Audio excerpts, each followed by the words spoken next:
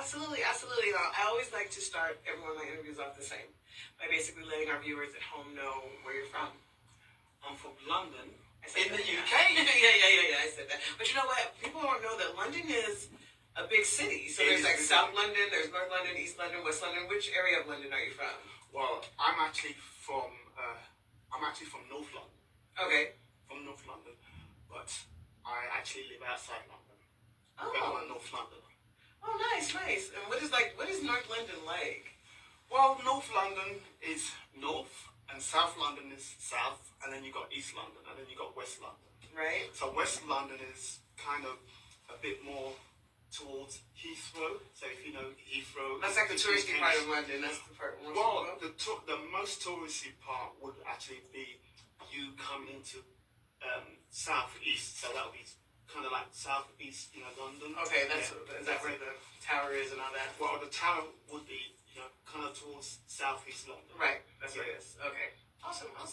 All right, well, that was a little trip through London. Thank you for that. That's right. But a lot of tourists, that's where they head. That's where they go, they right. love to head there, and they also love to go to West London. So West London is quite, popular. West London is kind of like the West End. West London, West End girls. West End. West End girls. That's where all the theatres are. Oh, nice. The cinemas. Okay. So what happened? Like, is North London like a city too? Or is it more rural? It's a city as well, but it's a neighbourhood. So it's more or less like people that live in North London, people that live in South London, East, West. So it's a bit like that. More like a suburb. Kind of ish. Okay. But you will see them that they will have a typical London accent. Well, one of my favorite streaming shows came out of London, Top Boy. Top Boy, yes. That's more South London. Okay, that's South London. Okay. South London, definitely. That was a great show. Yeah. And so now, speaking of shows, you are an actor. Mm-hmm. I'm always interested in the trajectory of the artist because some people are, you can say you're born an actor. Some people were actors as babies, really. Yeah. But some people kind of have a journey to get to the place where they become an actor. So what was your journey like? Well, I'd like to say when I was in school, I was actually good with English language, English literature. Mm-hmm. And talking about schools, I actually, when I was 10, my parents took me to Nigeria. Is that where they're from? My parents are from Nigeria, yes. Okay. That's right. So my parents took my brother and I to Nigeria, and that's where we had most of our education. So that's where I had my secondary and my primary education. So in school, when I was out there in Nigeria, I did English literature, English language, history, biblical studies. So that was the line that I went down, and I read, as I said, I loved English literature. So I read books like Things Fall Apart. You know Chinua Achebe? Uh-huh. Yeah, really good. Really good. So Chinua Achebe, Things Fall Apart. Red Animal Farm. Mm-hmm. Oliver Twist. Classics. Merchant of Venice. Oh. So although I hadn't got into acting then, but I had a kind of literary kind of like a background, a kind of like interest. Mm-hmm. And then my other passion was history. Mm. So I loved history. So in school out there, they taught us history. They taught us mainly West African and European history. So that was really, really important. So things like the empires, for example, Ghana Empire, Mali Empire, Shanghai Empire, all those empires, West African empires. So, and those empires, they had powerful kings. Like Mansa Musa. Precisely. I love that. Look at that. Mansa Musa. Yeah. Lovely. What do you know about Mansa Musa? I think that he was like the richest man ever. Absolutely. In world history. Absolutely. I know he was black. Exactly. So when you think about Solomon in the Bible, right, as being the richest and the wisest. And the wisest. Yeah. Think about Mansa Musa in Western Sudan, richest and wisest. He actually went on a pilgrimage. Mm-hmm. He went on a pilgrimage between 1324 and 1326. Okay? And when he went on that pilgrimage, he decimated the gold. Gold lost its value. Can you believe it? Because he had that much empire. Yeah. Right. He was just giving it out. He was just giving alms to the poor, to the people there. And when he came back from his pilgrimage, he brought back lawyers, scholars, educators that helped shape the empire. Right. And that made Mali Empire a force to be reckoned with. But see, and now you know about history. We can talk about this, and we're going to definitely get to your career. But you know about history, so you know that. You know about I know about Mansa Musa, and I know that Africa is oftentimes depicted as being underdeveloped when they were the most developed. They had toilets, they had plumbing in like the 1700s, before England, and before a lot of the Western colonies. Yeah. Right? So isn't that crazy? It is, but a lot of this is amazing because they don't teach them over here. No, they don't teach that in America. In these schools, and no.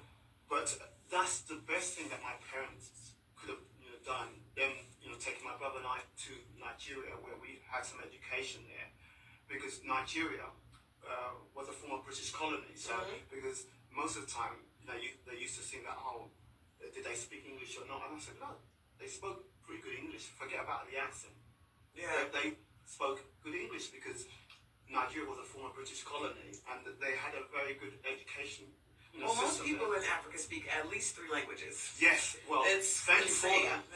One of my best friends is Senegalese. Yeah, well, Nigeria has so many languages. Okay, but the common ones are Yoruba, Igbo, and Hausa. Now, Hausa is actually in the northern part of Nigeria, and then you got the Igbo, which is in the southeastern part of Nigeria, and then you got the Yoruba, which is the southwestern part of Nigeria. Now, when my parents and I took us to Nigeria, Nigeria only had 19 states. Think about that, 19 states, and that was in 1976.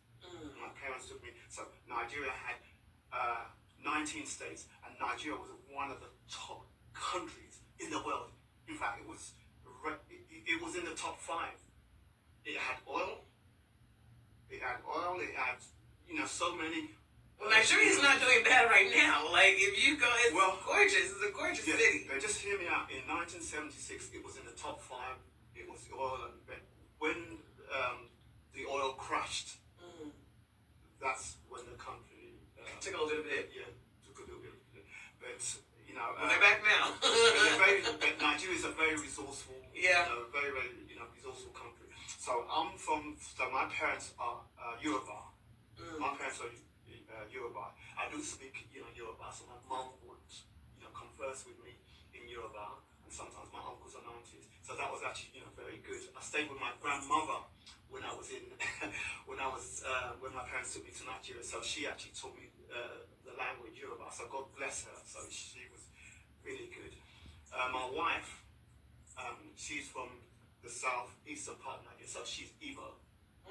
Yeah, and then obviously you got the north, basically. I mean, sometimes people, hear, some negative things about, Nigeria in terms of this and that happening, but it's probably just one week. It's not the whole of Nigeria. Well, things are happening everywhere. Yeah, it's not the whole of Nigeria. Nigeria is one of the best places that you can possibly go to in terms of going there, going on holiday, getting accustomed and acquainted with the people. They are very generous, jovial, and they will spoil you like crazy. Really? Yeah, they will. Oh. So and if you have your money as well, you will enjoy it. Yeah. But the capital now, because the capital used to be Lagos, but Abuja is now the capital. Oh wow! When did that happen? It happened a long time ago, actually. Okay. I mean, when they took me to Nigeria, Lagos was actually the capital. So we're talking about 10, 12 years ago, a long time ago, actually, that they changed the capital from Lagos. Well, that wasn't that long ago, because I still thought the capital was Lagos. Oh, no. So it's been 12 years. No, or a bit longer than that. Just up here, but it's been a while. It's been a long time, basically. So that's where. So think of it as like Washington. So all the political, decisions and things like that, they're actually done in Abuja. So that's where the government offices are and things like that, and then power sharing in terms of who becomes the president is normally shared around the country, basically. That's an interesting government model. Yeah, that's it. But we have 36 states, and Nigeria is a bit like America. It has a presidential system of government. So, you know, we have presidential. So you guys are westernized in that way? We are westernized, you know, in that way. I mean, we were colonized, you know, by the British. I mean, Nigeria got her independence in 1960. So, yeah. So that gives us a little bit of an idea of your trajectory as an actor. It's kind of based on your rich history and, you know, your love of history. How did you take that information, your upbringing, and all of the, you know, literature that you were able to read and decide, I think I want to be an actor? Well, that's a very interesting point, you know, Nina. Because I was actually in the creative side of things, you know, as I said, you know, biblical studies, I did, you know, history, politics, you know, literature. It wasn't until later, because at one stage I was thinking of, you know, probably, you know, going into, you know, politics. There was history there, you know, which I was actually passionate about. I mean, I'd come back to the UK. I came back to the UK in '85, you know, and there I finished off my education, and then I went to do a social science degree. I did a social science degree, so I did politics, history, sociology, and then finally I specialized in history. And then I got that out, I got my degree out of the way and everything, and then I said, you know what, I think I have a passion for, you know, film and TV. So I then, you know, started, you know, getting myself into, you know, film work. So I started doing some supporting acting work and everything. And because I was so passionate about, you know, film and TV, I enrolled myself on a drama course. So anyone that wants to start going to acting, you know, it's always good to get professional training behind you. Do a 2 year. I mean, in the UK, we have 3 years drama courses, and those drama courses, they are thorough. They are very thorough indeed, and they start in theatre. So you have that theatre background in terms of being an actor. So if you can work in theatre, you can definitely work in TV. It's just a matter of time. You can. Yeah, They're just so different. But they train us. You know, they put us through you know, the necessary training that we need to, you know, go through in terms of the theatre, and then we also cover film and TV. But they train you to come to America and take all the jobs from the American actors. Because that's a big point of contention. It's American actors. It's a big but point. This is what I say. You guys train harder than American actors. I used to be an actor. Now I'm on the other side as a producer. And what I can say is that people that come, you know, British people and people that come over from the UK, they are better trained. You know how to do more accents. They sound more American than Americans sometimes. Then you find out Townsend Idris is British. And it's like, they're all British. And they train like crazy. American actors, they can't even do one accent. I mean, they train us like crazy. So the thing is that for me, I really trained. So even though I was doing, you know, background, we call it supporting artist work here. But the thing is that even if you do background or supporting artist work, now it has changed because the quality is so important. It's so important because these productions, particularly in the UK, they want someone who knows about the industry, someone who's actually serious. So you can't just walk in off the street and be a background actor and... It's just not like that. You still have to have training. You still have to have training, and that's interesting. And that is actually, you know, very good. So I mean, although the emphasis or the importance is that you keep on pushing, you keep on going for that, you keep on trying to get those speaking roles, you keep on trying to get those featured roles, is very, very important. And obviously, do your training. But the industry has actually changed so much now. It's changed so much now. And these agencies, whoever you sign up with, they just don't want to hire anybody as a background artist. You have to be professional, you have to be ethical, you have to have some training, you have to have a passion for the arts and entertainment. So you can't just say, well, you can't just wake up. I need some money. It's more than that. So let's talk about it because in looking at your resume, you have an IMDb profile, which congratulations. A lot of people don't have that. It's like, how do we find you? you have done a lot of background ensemble work. And so I want to talk about some key things in the time that we have left. One of them primarily being, because here in America, the way it goes is everybody wants to be the star. So you do background as a means of becoming a star. You try to get a bump up to a one-liner or, this, that, or the next. And that can happen. But you don't want to stay there too long. No. So what is your trajectory plan to make that possible? Because you've done ensemble work on some very big things, Marvel things. You worked with on a Michaela Coel show. Well, she's just one of the greatest coming out of the UK. I'm just going to tell you that as far as sets and I've done James Bond. You've done James Bond. Featured in James Bond. Daniel Craig was wonderful to work with. Very featured. I mean, look at James Bond. I mean, even if you didn't get a speaking part in it, for you to be featured on a production like that, it's a big deal over there. It's a big deal. Yeah. So what is the trajectory? Because I feel like you're probably right there. So what's next for you in regards to making that trajectory push from being feature ensemble to getting that speaking role, getting that? Are you doing the representation route? Are you doing the relationships?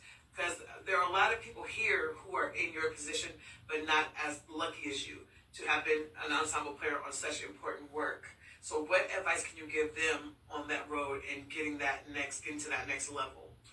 My advice would be to keep on being hungry, keep on being determined, keep on working on your craft. And what I mean by working on your craft, go and see films.